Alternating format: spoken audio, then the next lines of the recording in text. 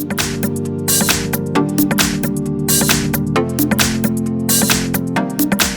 I have IBERRY Auxus Beast, and let me show you how to enable here Do Not Disturb mode on the following device.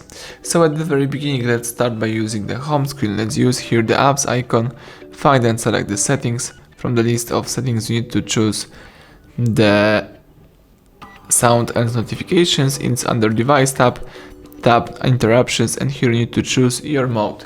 You can select always interrupt, you can choose don't interrupt at all, or you can select allow only priority interruptions. So let me allow only priority interruptions, and here you have to choose the time. So for example, let me define the time for an hour. Let's tap OK. You can also here handle with events. You can accept some calls and messages, for example, from some favorite contacts. Here you can also use the downtime, so you can, for example, switch on Do Not Disturb every Monday at 10 p.m. and you can switch it off at 7 a.m. So that's it, everything went well, thank you for watching, please subscribe our channel, leave thumbs up under the video.